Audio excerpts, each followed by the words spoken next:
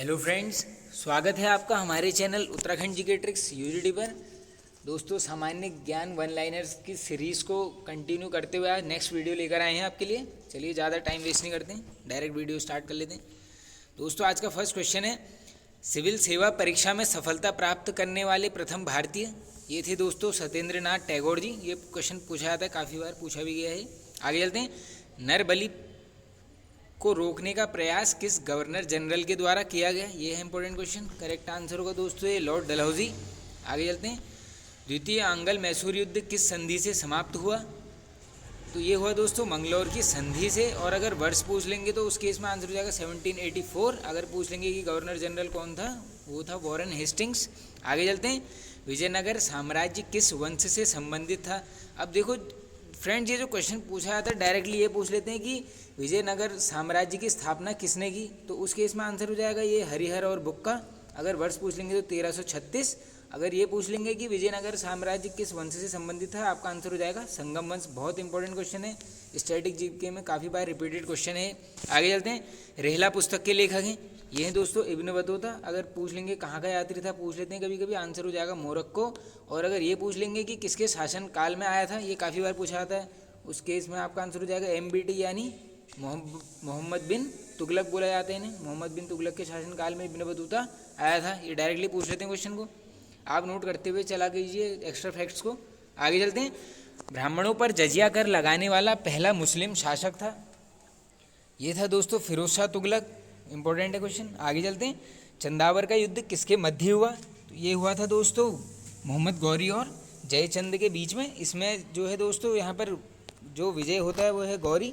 अगर वर्ष पूछ लेंगे चंदावर के युद्ध का, ये है 1194। इंपॉर्टेंट है, याद कर लेना। आगे चलते हैं।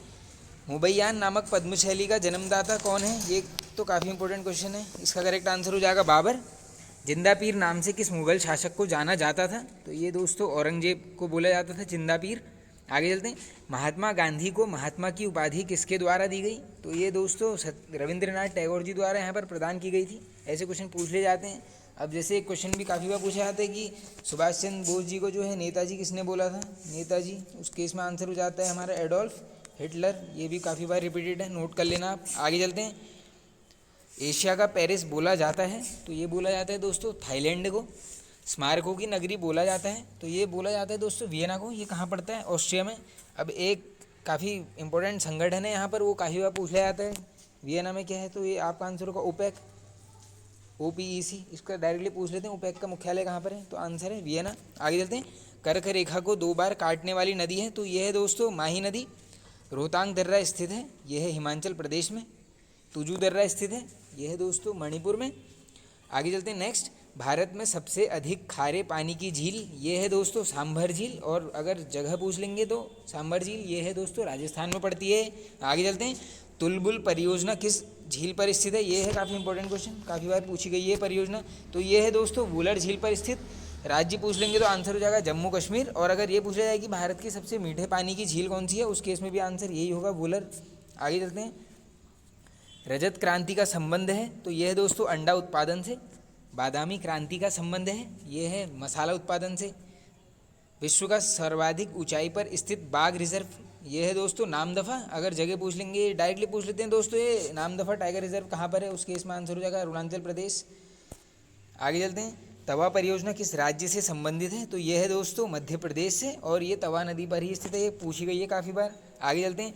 द्वितीय पंचवर्षीय योजना किस मॉडल पर आधारित थी? तो ये थी दोस्तों PC महालनोबिस मॉडल पर। और दोस्तों कभी कभी लक्ष्य पूछ लिया जाता है कि मतलब इस पंचवर्षीय योजना का क्या लक्ष्य निर्धारित था, तो उस केस में जो सेकंड पंचवर्षीय योजना थी, इसका जो लक्ष्य था दोस्तों वो था समाजवादी समाज की स्थापना करना। और इसमें दोस्तों काफ़ी संयंत्र भी लगे थे यहाँ पर, भिलाई संयंत्र, ये सब भी पूछे जाते हैं क्वेश्चंस। उसकी एक परियोजनाओं की डिटेल्ड वीडियो आएगी कुछ टाइम बाद, अभी आप इतना याद कर लो फिलहाल। आगे चलते हैं। सांप्रदायिक निर्वाचन का जनक माना जाता है, ये माना जाता है दोस्तों लॉर्ड मार्ले मिंटो को।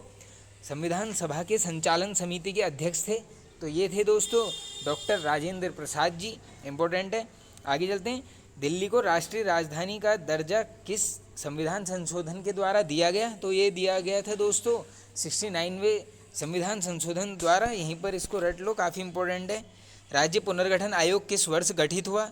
अब ये हुआ दोस्तों 1953 में। अगर अध्यक्ष पूछ लेंगे तो ये आंसर होगा आपका फजल अली। अब ये क्वेश्चन देखो कैसे पूछा गया है, इससे पहले एग्जाम्स में डायरेक्टली ये पूछा गया था कि फजल अली आयोग का संबंध किससे है, तो उस केस में आंसर क्या हो जाएगा, राज्य पुनर्गठन से इसका संबंध है। आगे चलते हैं। सर्वप्रथम नगर निगम की स्थापना की गई, तो ये की गई दोस्तों मद्रास में। वर्ष पूछ लिया जाए तो ये हो जाएगा 1687 में।